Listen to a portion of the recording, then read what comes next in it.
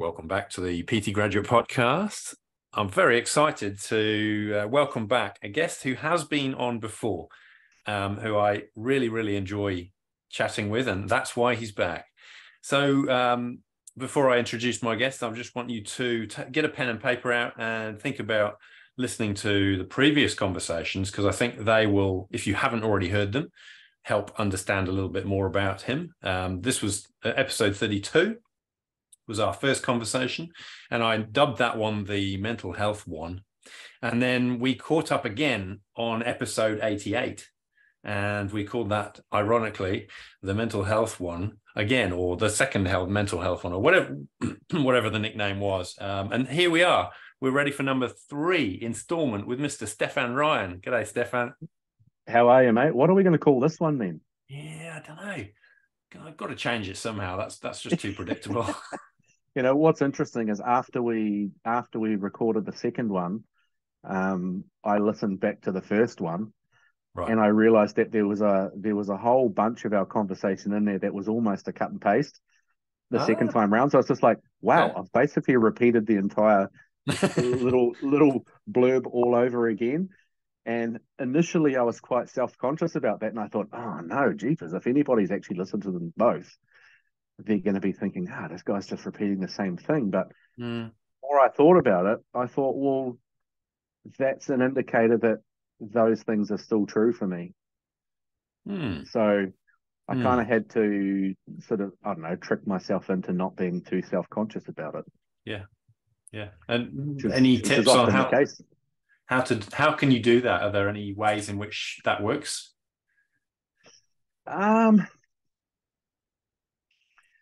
Yeah, well, it's interesting because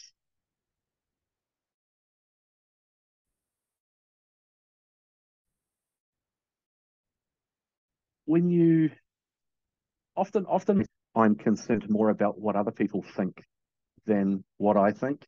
And if I can separate myself from I don't want to sound too brutal and say I don't care what people think, because being a human, having a human experience, I don't think we can ever fully do that. But if I can sort of step myself back a little bit from being too concerned about other people's opinions, then I don't know, just it takes a little bit of the sting out of that. So rather than, oh no, what are people going to think? Then if I can step back a little bit, then I have the opportunity to go, well, okay, we've had this conversation or a similar conversation a couple of times, and there are some issues here that are still true. So if they are still true from conversation to conversation, and there was a little bit of a gap in between, then have I not adjusted? I had identified that those issues existed in our first conversation. With our second, I repeated it. So those issues are still there. Why have I not, even with the awareness that I had the first time, why have I not adjusted? Because if I had adjusted, then maybe I would have identified another set of problems that needed my attention. But instead, I was still orbiting around that first issue. Okay. So stepping back and being kind to yourself is a useful way of not allowing that thing that came up about it being repetitive being an issue. Yeah, well, I think if you allow other people to have influence over whether or not you're happy, whether or not you're angry, whether or not you're sad, whatever, if you allow other people the freedom to influence your state, that's like the ultimate form of slavery. You're now completely vulnerable to other people's energy. So now you've put less value in your own energy, and you've allowed other people to control your state. Whereas that should be something a privilege that you keep for yourself. Yeah, I like it. I like that a lot, actually. But again, I have the awareness of that, and I try to keep that in my conscious mind, but sometimes I don't. Sure. Because I'm a human having a human experience. Yep. It's something to, like you say, something to be aware of, but something to chip away at. Yeah. It's a constant. It's another one of those things that you have to I guess in some ways it's like meditation. If you have a meditation practice, it's called practice because you don't just do it and now you're an expert. Yeah. You have to keep chipping away at it. And Mm. if you have a bit of a stumble, then you have to go, okay, it's that thing again that I need to do.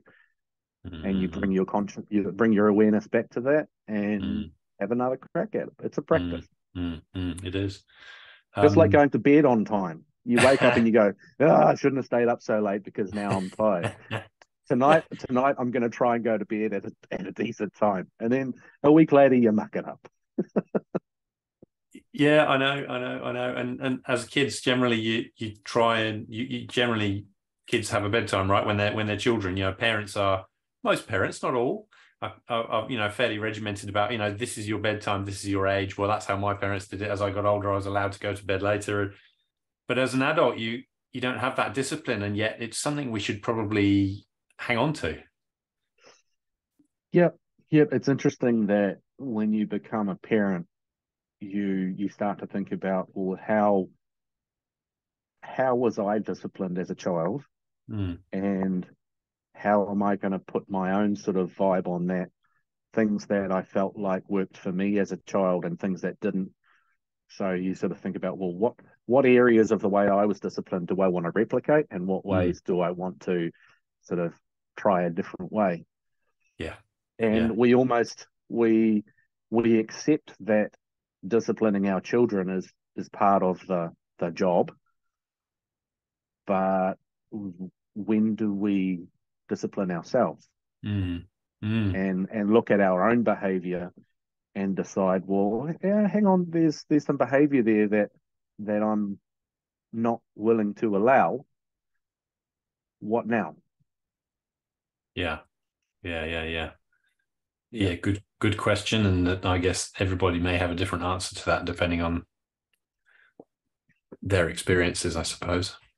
Yeah, which is it's hard because I want I want to share sort of my experience and not be vague, but I also Mm, don't want to make things seem so specific to myself and my own experience that people have so much separation that they can't find a way to consider how that might be able to help them look at their patterns of behavior, if that yeah, makes sense. yep, yeah. I know what you mean. Yep. We've got to acknowledge a significant milestone in your life, which you brought up with me when we were planning this session. I think you said 8,992 days, and that was a few days Yep. ago. 8,995 today. Okay. We are 5 days away from the milestone. Fantastic. Yeah, 8,995 days sober from drug and alcohol addiction. Yeah, Fabulous. Fantastic. it's interesting. That's a long time. I tried to work that Yeah, out. Is that, I am I right in saying that's 24 years? yeah, just over 24 years. On the 24th Yeah. of October this year will be 25 years. Right. Yeah, Okay. so Okay. quarter of a century in October. Congratulations. So I've been sober longer than half my life. Yeah. I'm Yeah. 45 now, so yeah. Yeah. Yeah, it's interesting because when we were sort of planning this and I brought that up, I thought about it afterwards, and I thought, how many how many things do we do as human beings consistently every day for 9,000 days? Mm. Not that much. I mean, we breathe, hopefully, our hearts beat, hopefully, but what do we do consciously for 9,000 days? Mm. Because often we go through different seasons of our life, and Yep. we do something for a couple of years. Maybe we play a sport and we play it for Mm. 4 or 5 years, and either we have an injury and we don't continue with that sport, or we move to a different place and we don't reconnect with people who play that sport, for example. People start to learn a musical instrument, maybe. Not everybody keeps going. Some people do. there's not many things that certainly that I've done for. That's the one thing that I've done consistently. That's amazing. Everything else has changed. It's a phenomenal achievement, and the only thing I can think of is brush my teeth. Yeah, yeah. But have you ever missed one day? Maybe when I was on a camp, a Yeah. scout camp when I was a kid, maybe. I don't know. So then the count starts again back from zero. Damn it.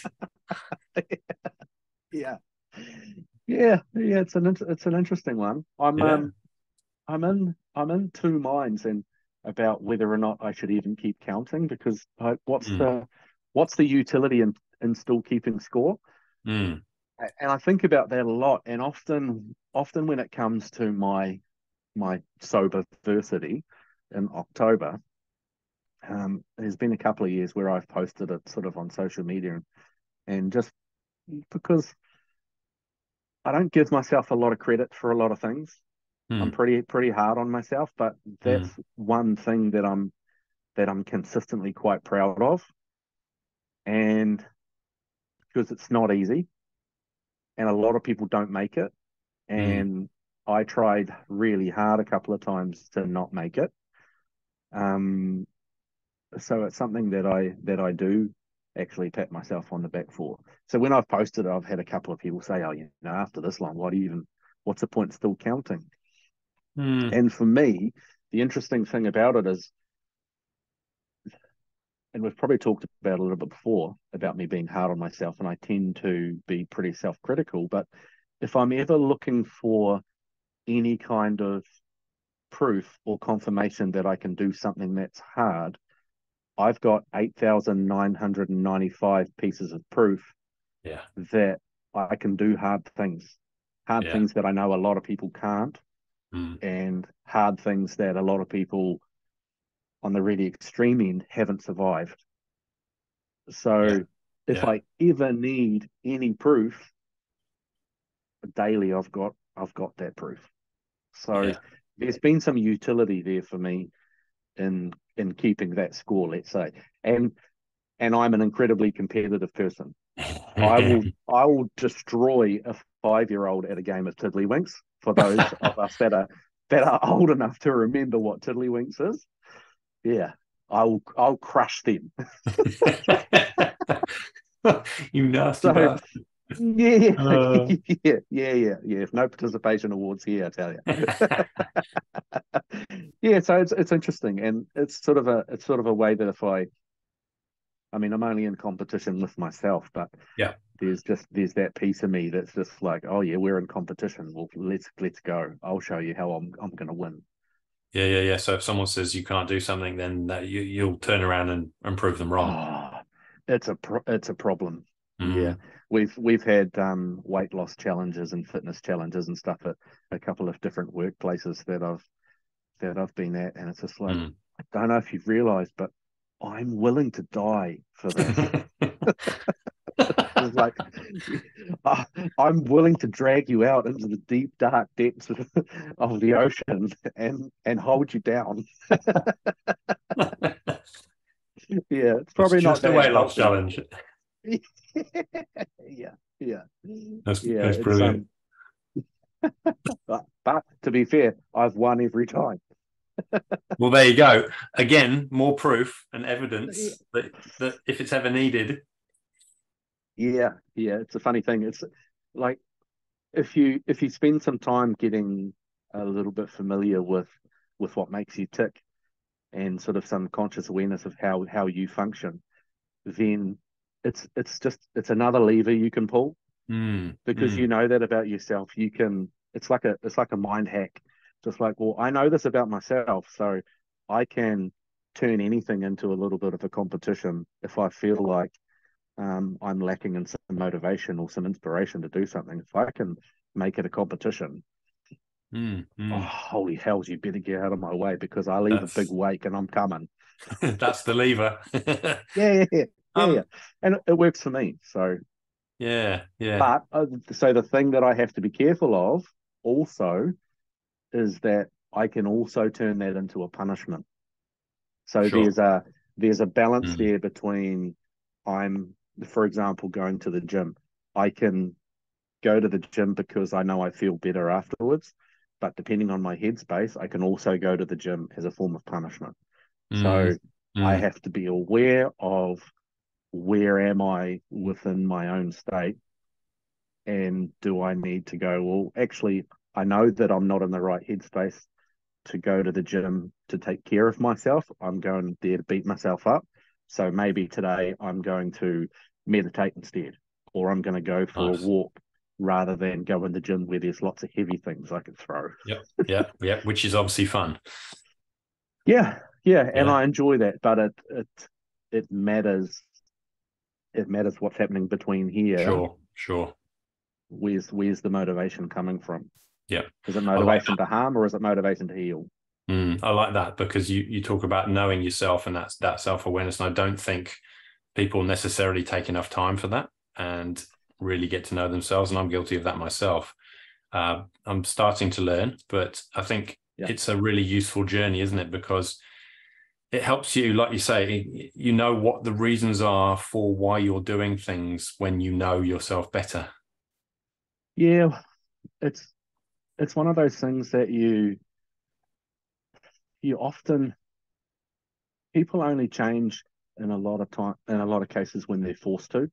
Mm. So you can be running an unconscious program and you've never come up against the wall where you've been forced to look at that. And and people kind of only change in 4 seasons.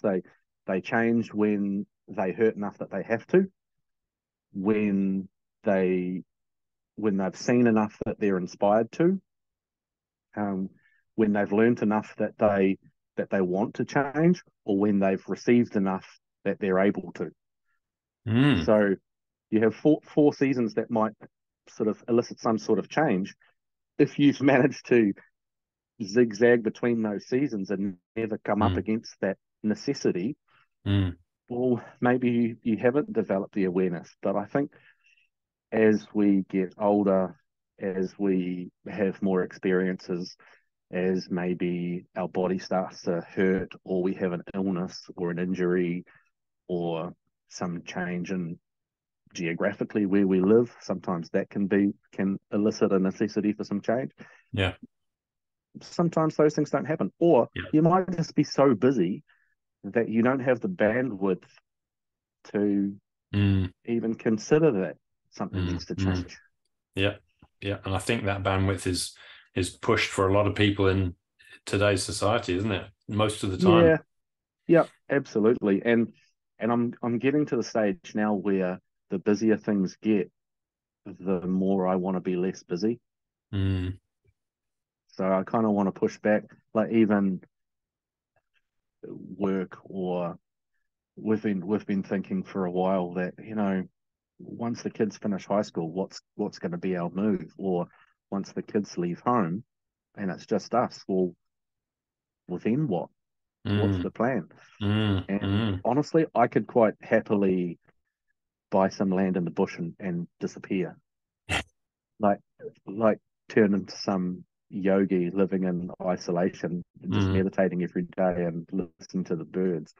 Like there's certainly some part of me that is quite attracted to the idea of ultimate simplicity, because for so long things have been so busy. Mm. Mm. Mm. But then I I- do also like shiny things. So there's a problem there too. I like to maybe buy shiny things maybe sometimes. a few small shiny things in the bush rather than big shiny things. Yeah, yeah. So yeah, it's interesting.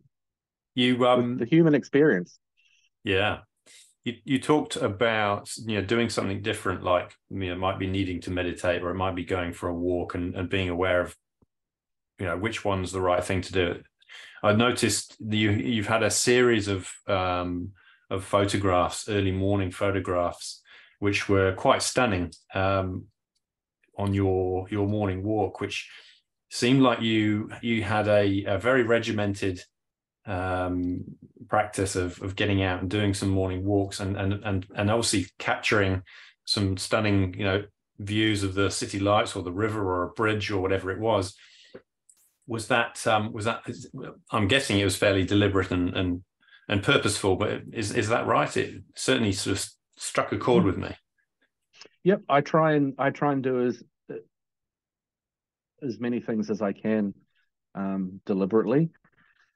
That for me was I was basically going for a walk around the loop in Whangarei here. Yeah, It's a 4.2K loop, sort of around the city centre, around the harbour there. Mm. And it started out that a couple of days I just noticed that, oh man, that sun coming up's beautiful. So I'd take a photo just because I appreciated it. Mm. And then the next day I'd look at it and it would be different because either I was there at a different time or there was more clouds or less clouds. So I'd take a photo and go, this one's cool too, but in a different way. And there were some days that I'd take a photo and it was quite dark and gloomy and overcast. And I thought, well, that's still beautiful too, but in a different way.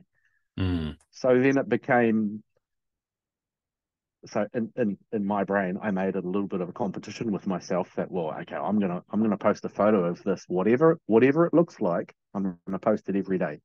Right. So if I'm not out here posting this photo, people will notice that I'm not doing it, and I'm in a competition. Here we go. So, yeah. So it started out as sort of a silly thing like that, but then after a while, I had a few comments from people saying, that's really nice. And then I would get a photo from them of what they could see. I'm like, this is cool because now we're sharing our outlook outside, which we know is good for us as humans, getting grounded, getting your feet in the grass or whatever. So then it just became something that I did. After a while, I did get a little bit bored with it. Yeah. And then, and to be fair, it started getting a little bit cold. So I went into the air conditioning of the gym. Fair enough. Fair enough. Yeah. So it started out as that, and then after a while I thought, well, I actually wouldn't mind getting into the gym and lifting some heavy things because I know I enjoy that too. I'm getting to the point where I'm probably going to start going for my walks again in the morning, but yeah, it's interesting. Like I like to look at things and see how they metaphorically sort of attach to life. And it was interesting going outside and appreciating the morning, no matter what it looked like. If it was bright and sunny, beautiful. If it was drizzly and overcast, still beautiful, but in a different way. We need both of those things. And life is a little bit like that. We don't change unless we're forced to. So sometimes the utility of having some kind of struggle in your life is that it stops you for a moment, forces you to look at the things that aren't serving you. And on the other side of that, you're more resilient with more of an understanding of yourself. And maybe you've cast off some weight that you didn't need to keep carrying because it got too heavy. Life got hard, and you realized, well, I can't keep pushing through this. I need to adjust. So there's some utility in the shadows. Absolutely. Yeah. And it's a sort of, like you say, a good metaphor for life because we have good moods, we have bad moods, we have in between moods. None are wrong, but it's a necessity. It's as you say, the human condition sort of thing. But we're sort of almost, I don't know, sort of conditioned to think that the bad moods are wrong, as opposed to normal, and that can be unhealthy because then you try and sort of stay away from those, or not acknowledge them, or not really understand them, or not investigate them, and therefore you don't get to know that part of yourself as well as you could do. Absolutely. And the inability to own your own shadow likely means that you'll cast that shadow somewhere else. Because if you're not willing to put your hand up to yourself and say, here's a behavior that I'm not okay with repeating. If you're not okay with that because there's too much vulnerability there, or you don't want to have to apologize to somebody that maybe you've treated poorly, you don't want to do that, then it's likely that that's going to come out later on with sort of an outburst that causes more harm, or Yeah. or you try and bury that within yourself, and then the weight of that becomes so heavy that you start to adapt around that. Mm, mm, So mm. I try and I try as much as I can to um, keep that conscious. It would be wrong of me to say that I never treat anybody poorly. That would be wrong to say, but it would be right to say that if I notice it, if I catch it, then I will address that with that person every time. And that's just a rule that I make for myself, that there is no compromise on. Good. Great. Yeah, yeah, yeah. It's nice to have those. Yeah, that's that discipline again, isn't it? It comes back to, well, what will I hold myself to? You know, the bedtime thing and the routine thing and the Yep, apologizing or whatever it is. yep, yep. Again, it's that thing, like it's the ultimate slavery, that if I let other people have influence on my state, if if I keep that privilege for myself, then I set a standard for myself in a Mm, way that I want to show up in the world. Then anything that is in contrast to that, then I have a duty to myself to address that. mm. And sometimes that means I have to have an uncomfortable conversation with somebody that maybe I have caused some harm or upset to. And that's not to say that just because I own up to some poor behavior that they are forced to accept that apology. That's not always the case. I just have to address it from my side. What they do from their side with that is their choice as well. Sure. Yeah, yeah, yeah, And yeah. that has to be Absolutely. I okay. like it. Yep. Yeah, you've done your bit. Yeah. How so you're back in the gym? How are the gym? Yeah, well, I've had um as you know, I've had some pretty long sessions of getting a tattoo done on my back. Yeah. And post that, it's not advisable to get in the gym and get sweaty and Yeah. stuff like that, for other people's safety as well. But also, I don't need the extra sweat and bacteria and stuff like that. Gross, overshare on that sort of open wound. Yeah. um Yeah. yeah, so I've had a couple of weeks where I haven't been that regularly, but Mm. now that the next stage of getting my tattoo work done is basically healed, then yeah, tomorrow I'm back into it for another Excellent. 6 weeks until I get the final session done, and then that's my whole back complete. Fantastic. Fantastic. So you've got a plan for the 6 weeks of gym work. Are you still working on the deadlifts? Yeah, yeah. Probably not with as much focus and aggression as I have done in the past. Okay. That sort of came out of post spinal surgery.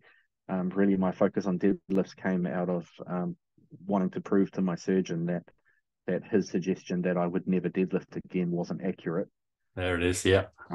So again, I have to be careful that while I wanted to prove to him that it's very important that he considers the language he uses when he's talking to his patients, Mm. because you can do some really Mm. bad psychological damage to somebody by poorly chosen words. Mm. So I had to be careful after that not to push that too far, let's say. So Sure. I've Yeah. dialed it back to a healthy balance of what's sustainable, what's going to either maintain my strength or continue to get me stronger, but without being reckless. Very So wise.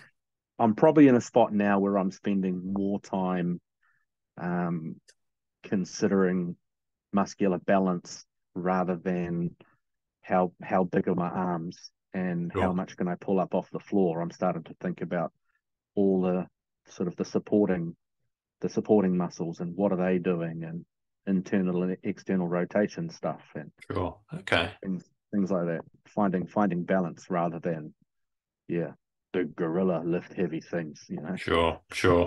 Yeah, you can't ignore those things, but yeah, No, and I do enjoy that. the fun bit.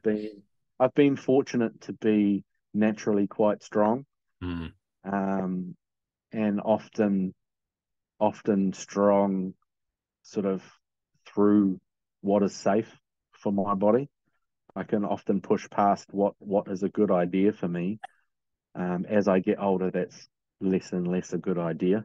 mm, So while I still want to be strong and maintain that, I have to be a little bit more calculated with sure. how I execute that and not be reckless. Yeah, But yeah, yeah. I mean, Smart. it's so cliched that it's about balance, but Mm, those mm. all those cliches exist for a reason. If there was no reason for them to exist, then they wouldn't be cliches. So Exactly. Yeah, yeah, yeah, yeah, and yeah. you get older and knees hurt a little bit, and it's a little bit harder to get out of bed, and the neck's a bit stiff, and the back's a bit takes a bit longer to warm up. So you Mm. just have to be, don't have to stop.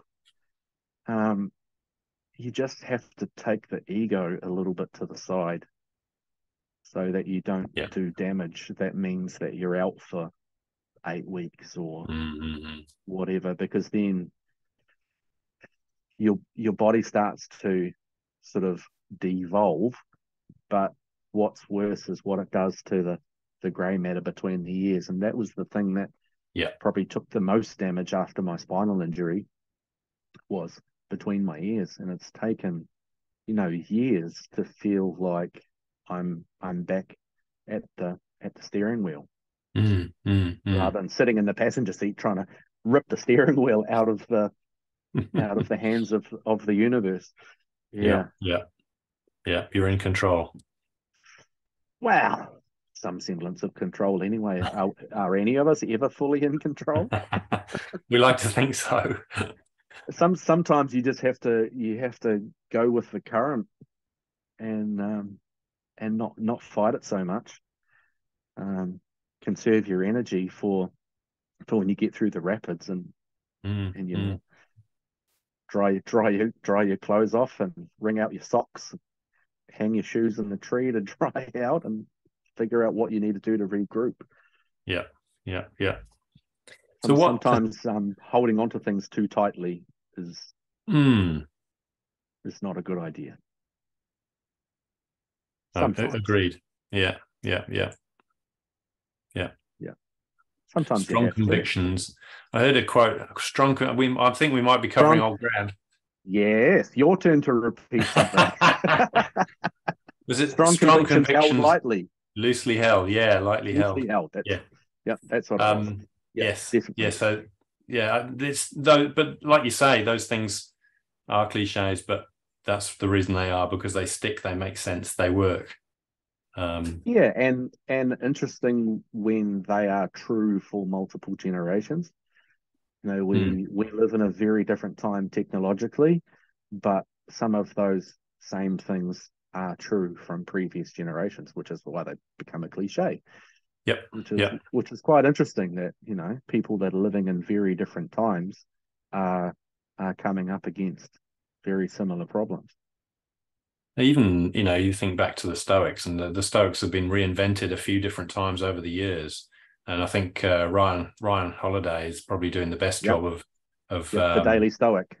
the Daily Stoic. And the wisdom that Marcus Aurelius Hmm. brought to what he did, and that same thinking is really the same advice that the modern day gurus are espousing. 7 Still habits of works. highly effective people, and this is all new or repackaged thinking that Yeah, there's nothing necessarily very new. It's all about repackaging or representing the same information in a different form, so that people go, and they go, and the penny drops. yeah. Well, it's interesting. He's got that book, The Obstacle is the Way, Yeah. and I haven't read that book. I keep thinking I want to, but then I I read the title of that book, and I think, it kind of tells me all I need to know, really. Yeah. The obstacle is the way. Yeah. Sometimes you can't go around. Sometimes you have to go through. Mm, mm. It's just, it's Yeah. just how it is. Do the But hard yeah, thing.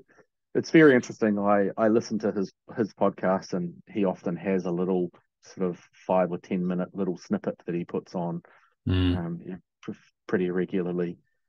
And it's crazy that Marcus Aurelius from a really long time ago, without any of the technology and any of the advancements that we have, um, those things are still true.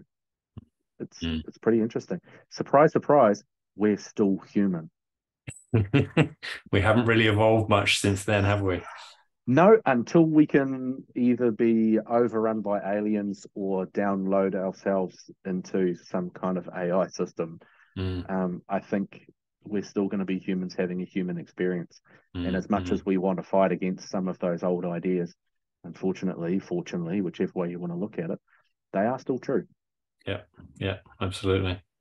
Are you still, I know you had a last conversation or even conversation before talking about helping other people out, and you had a Facebook page with your services there. Is that still happening? You still? It's still open, and Yeah, I still have a couple of people that I deal with regularly. yeah, Um, and they are both people that are in varying places in their own yeah, sobriety yeah. journey. One of them in particular has tried multiple times with varying degrees of success. Okay. Um, and I feel pretty deeply connected to that Yeah, um, sort of yeah. journey. I don't Okay. I don't do it I don't do it for financial gain. I do it because Yep. I've walked that road, and it's a bumpy Yeah. one. So Mm-hmm.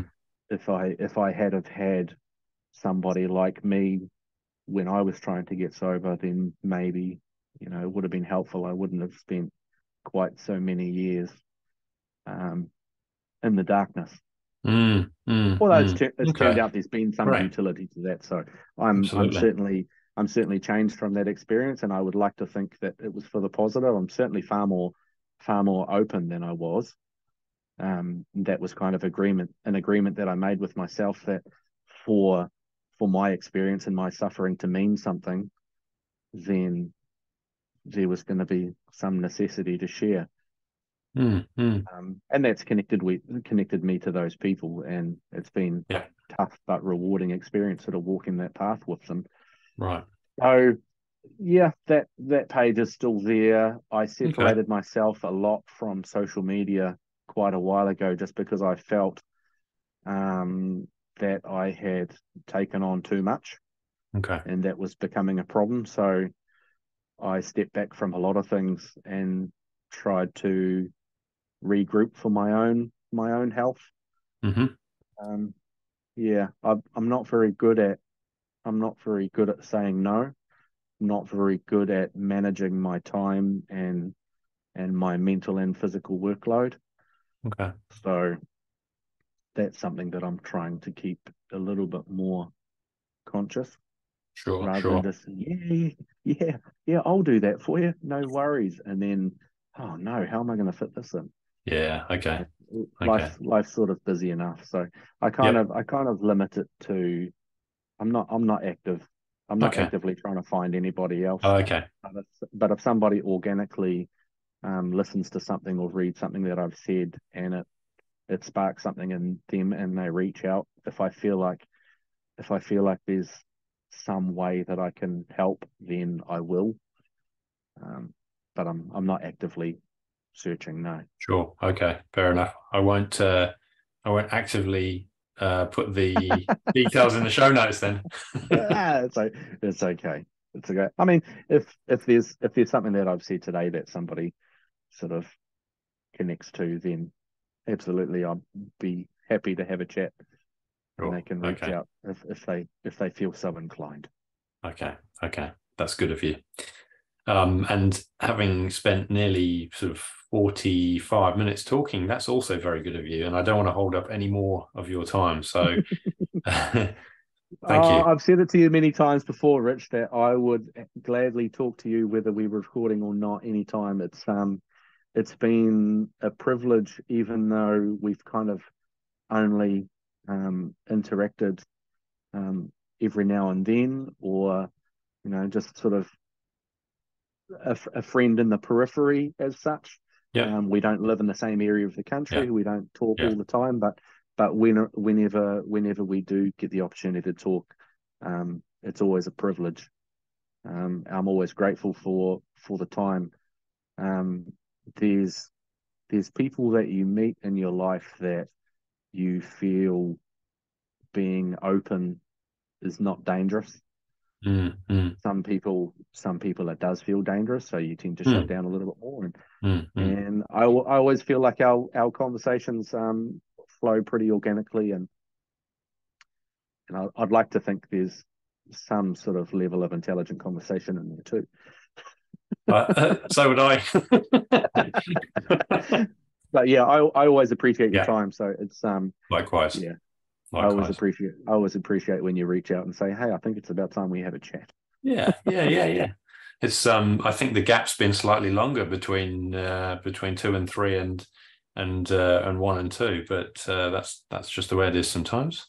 So just because I'm curious, then that being said, Yeah. what what was it that made you think that it was time we had another chat? Ooh, Like what there's a sparked question. that? There's a really good question. I think because we'd started the process, like in my mind, we're almost running a series here, and it's become a trilogy, but there's no reason why we couldn't have another trilogy. You know what I mean?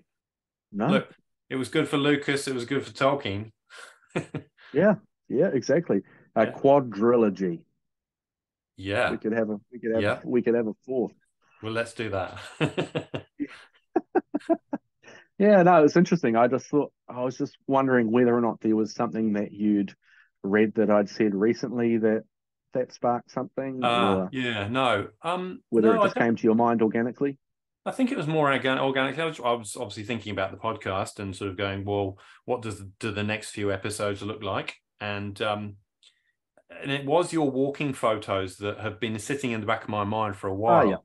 Yeah, and I wanted to drill down a little bit more on that because sometimes you see a snippet but you don't know the whole story, and it's nice to get the whole story and record it, and then you never know who that will be valuable for. Yeah. Yeah. Well, it's interesting. Those morning walks did become sort of a form of meditation. Um, it's easy to let things like meditation or journaling or writing a list of things you're grateful for every day. It's easy to let those things slip when things are going well. Mm, mm, So I tried to part of going for those walks was trying to make that or force that to be a little bit more regular. Because I was going out so early in the morning, there were very few people walking around at that time because when I got there, it was dark. So I was able to spend a little bit of time with my own thoughts and appreciate my surroundings and all the street lights bouncing off the water and then seeing the sun come up and feeling the warmth of it on my skin. And mm. the it was like a form of meditation for me, Yeah, yeah, yeah. which Very was much. I had never considered meditation as something that I would ever do until I had my spinal injury, and meditation became a way of, I guess, mentally dealing with the amount of pain that I was in Mm, while I was sort of fighting to get surgery. And it's something that I've gone back to when I've felt like I was being overwhelmed by life. I would go back to that yeah. practice. Right. So I tried to make it conscious that to do some form of meditation Mm, mm. more regularly, just to keep that practice going. Brilliant. Yeah, Yeah. it's interesting. What you consider meditation? for some people that have never done it, it might be, I have to sit down on the ground with my legs folded in a way that hurts my knees, and I have to hum and rock and do some weird stuff. It's not that. For me, meditation can be going for a walk without headphones on and just hearing birds, and then you look at the clock and you go, shit, it's been 40 minutes. Yeah. And I Yeah. haven't even considered how much time's passed, because your mind just got to drift a little bit. There was a little bit of Yeah. space, Yeah. creating a little bit of space just for thoughts. It's good. It's good. We need to do it more often. And Yeah, it's almost like a flow state. Like, yeah. even think Yeah. about people that paint, Mm, or mm, or musicians mm. that have sort of some reasonable level of proficiency in music, that means they're not getting frustrated because they can't do it. Yeah. They're at a level up where they can play at a level that means that their mind can just wander like a flow state. Yeah. So Yeah. to me, that's a form of meditation as well. People that Mm, mm. draw, or any of that sort of stuff. Even I run. Yeah, run. Yep, Yeah. absolutely. Running's a Yeah. big one, because running's very rhythmic. Yes. So Yeah. there's that. I can I paint cars. That's what I'm doing for work at the Mm, moment. I paint mm. cars, and I've done that so many times. And there's a very consistent pattern that I use when I'm painting, and Okay. because it's so consistent, and it's wired into my body now. Like, I could probably do it with my eyes shut.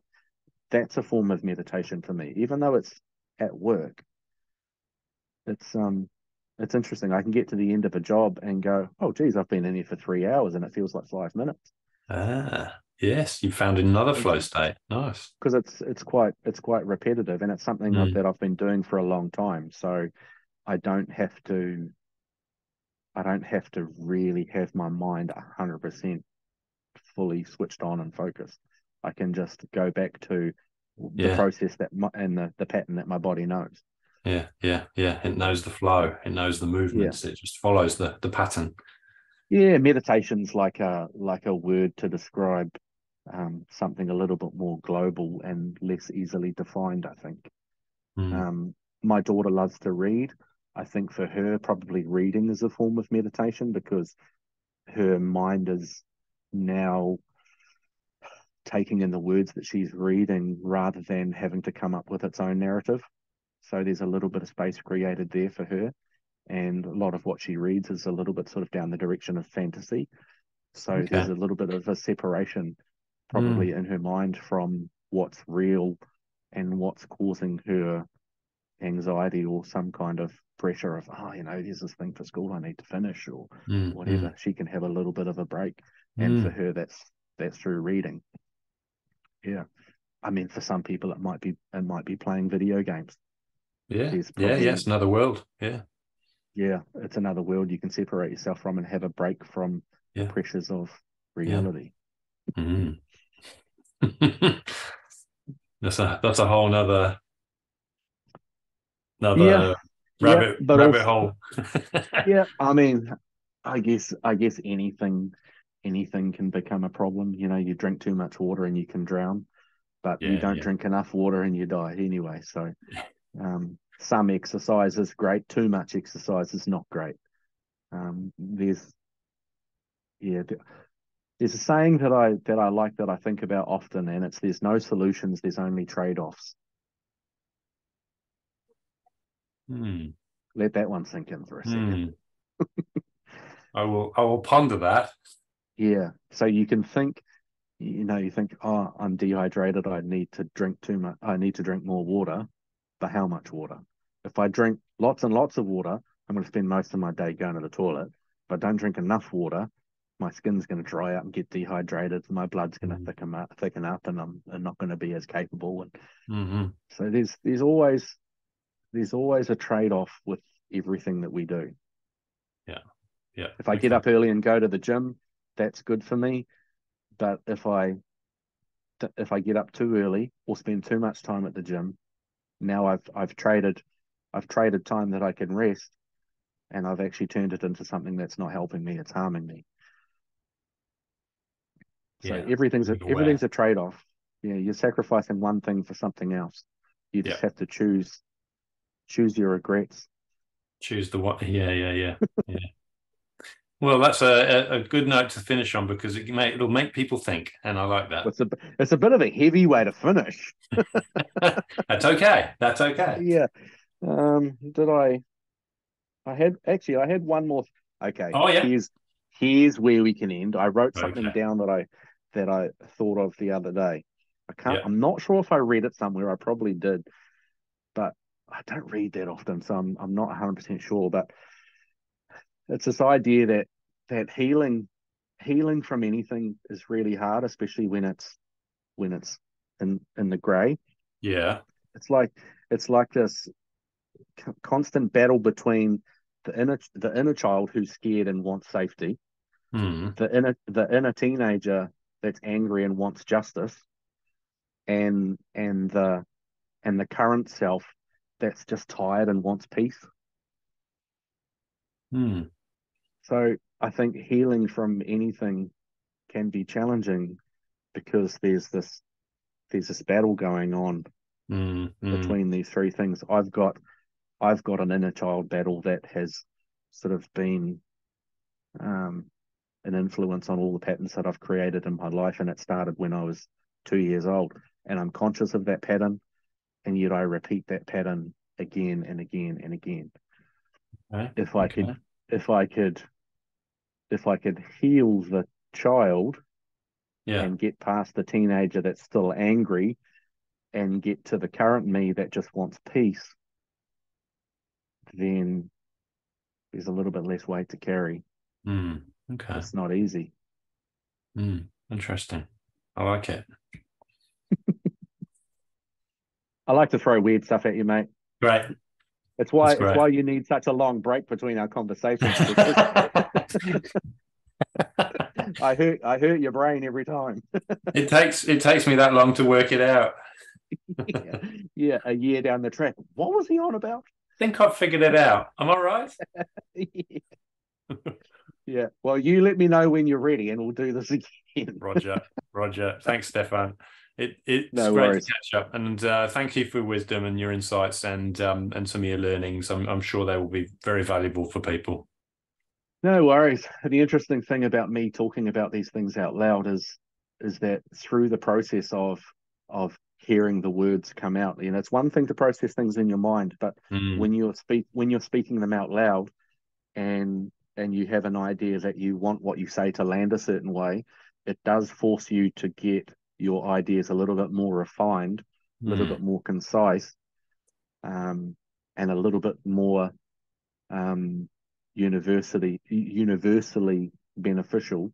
Yep. So Yep. sometimes after we have these conversations, I go away and I go, wow, actually, I could have said that a different way, or I could have said that in a way that made more sense. So there's some benefit to people in speaking openly about their thoughts.